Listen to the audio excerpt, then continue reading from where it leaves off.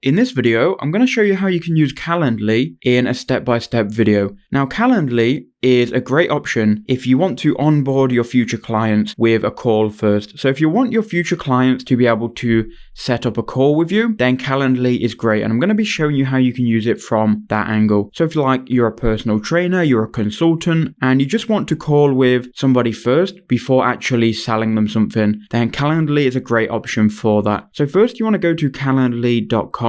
And you can see here, easy scheduling ahead. So it allows your future clients to be able to schedule calls with you when you're available, right? And that's the main feature of Calendly. There are many other features and it does get quite complicated, but in this video, I'll just focus on the simple features and what you'd need to know as a beginner. So what you want to do is click on Get Started or sign up with Google, Microsoft, or your email here. I'm going to sign up with my email and I'm just going to enter in my email here. Now they have a free plan, they also have paid plans. Everything I'm going to show you today is going to be with the free plan. So I've entered in my email here, I'm going to click on sign up and we can then enter in a name and password and agree to this and then continue.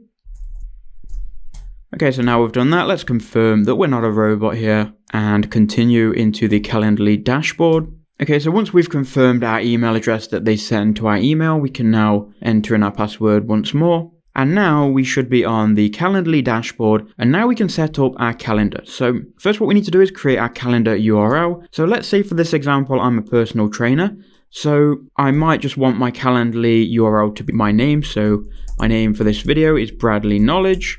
So I had to write that all in lowercase. So make sure it's in lowercase when you do it as well. And then you want to change the time zone to what time zone you're in. This is going to be important for booking calls. So make sure this is correct, then click continue. So now it's going to ask you to connect your calendar. You can sync Calendly with your Google Calendar and it's going to kind of show when you're busy and when you're available for calls. Now, this is quite complex. What I would do is set up your Calendly manually. So continue without the calendar. Now, set your availability. This is where you're going to be able to set when you're available for calls. By default here, you've got Monday, Tuesday, Wednesday, Thursday, Friday checked from 9 till 5. But let's say you're only available to take calls from 1 p.m. to 5 p.m. So you can go ahead and change that if you want to. You can change this later when you do set up your actual call. So don't worry about this too much. But if you know you've only got some specific available hours, you can put that in now, then click continue. So now, what is your day-to-day role? Most of you are going to be using Calendly for either like sales or marketing and freelance or consultant work. So I'm going to put here freelance plus consultant, then click finish. Again, we're going to be using the personal trainer example. Now by default, it's going to create you a new meeting. If you want to start completely from scratch, you can just go ahead and delete this. And if you delete this, you can go ahead and add a new event. Right, so we're going to event types here. So we're on event types. What we can do is we can go to new event type, and then there are many events that you can create. The specific example I'm going to show you is a one-on-one, which is going to be like a one-on-one initial consultant. Again, I'm using the personal trainer example. Maybe you want to set up a qualifying sales call for someone to call and then ask about your product. So I'm going to click here one-on-one, and I'm going to choose a host, which is going to be me. We can then click next. Okay, so now we've got our event name. I'm going to enter in my event name and I'm just going to say personal training. Then I'm going to put initial call. So then that is wrote here. So now we're on to the duration. So how long is this call going to be? 15, 30 minutes, 40, 60, or you can input a custom time here. I'm just going to go with the default, which is going to be 30 minutes. And if the call is less than 30 minutes, then it's great, right? Now for the location, you can connect to your Zoom account. You can use phone call, in-person meeting, and you can also connect any of these others here. Now for me, I'm just going to use phone call and I'll put here, I will call my invitee. Now, if you do this, you can just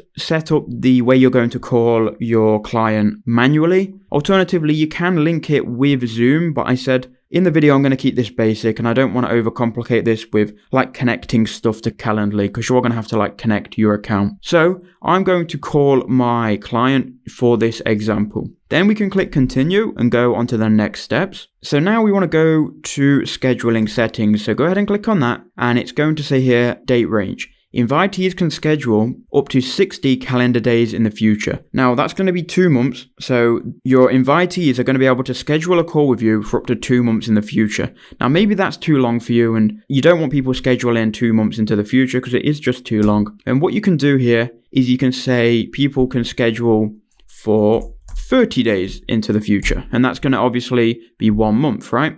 I would recommend just keeping it on 30 days so you're not like having tons of calls being scheduled like way into the future. So for me, I like to keep it on 30 days. You can also keep it within a date range and indefinitely in the future if you are crazy. But you don't want people like booking years in advance. Your available hours here, you can just copy from what you entered before. Alternatively, you can click on this, and if you go to date specific hours, you can change your specific hours on specific dates. But for the most part, you just want to set up your weekly hours. So if you click on this edit button here, we're editing for this event type only, and you can then customize this. So let's say on Monday, I like to go to the gym on Monday if I'm a personal trainer. So I want to accept calls on Monday from 2:30 to 7. And obviously life gets in the way, and we can set this up for our life. Obviously we don't want to be available every day, all day for calls. So maybe we want to customize this to our liking. Again, you can add date specific hours. So if on a specific date you've got stuff to do or you're on holiday, you can add specific hours for that. And then you've got holidays here as well, which you can set up in your account settings. So save and close this. Then we're on to the next setting here, which is event limits. So by default, you're going to have no buffer time before events. I will go ahead and add a buffer time, and it gives you like 10 minutes buffer time. Say if a client call goes 10 minutes over, you've got this 10-minute buffer time. The minimum amount of hours which client is required to give you before booking a call is by default set to 4, but you can change this to like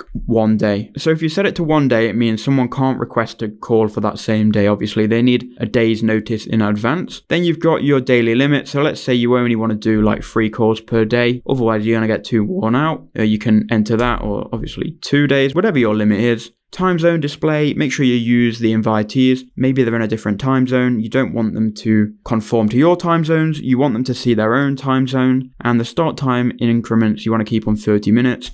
Then save and close. And then you've got here your communications, which is more advanced stuff. It's kind of like with email follow-ups and email reminders. You don't need premium for email reminders. So I would keep email reminders turned on just so you can make sure that if someone books a call, they get reminded of that call. And then you can save and close out of this. Now click done, and you've essentially created your call, right? Now, one last thing that I would do, go to your account settings, go to profile, and upload a picture of yourself and a welcome message. So type this out related to what service you offer. So if you're a personal trainer, maybe you want to put here, welcome to my scheduling page. Please follow the instructions to add an event to my calendar.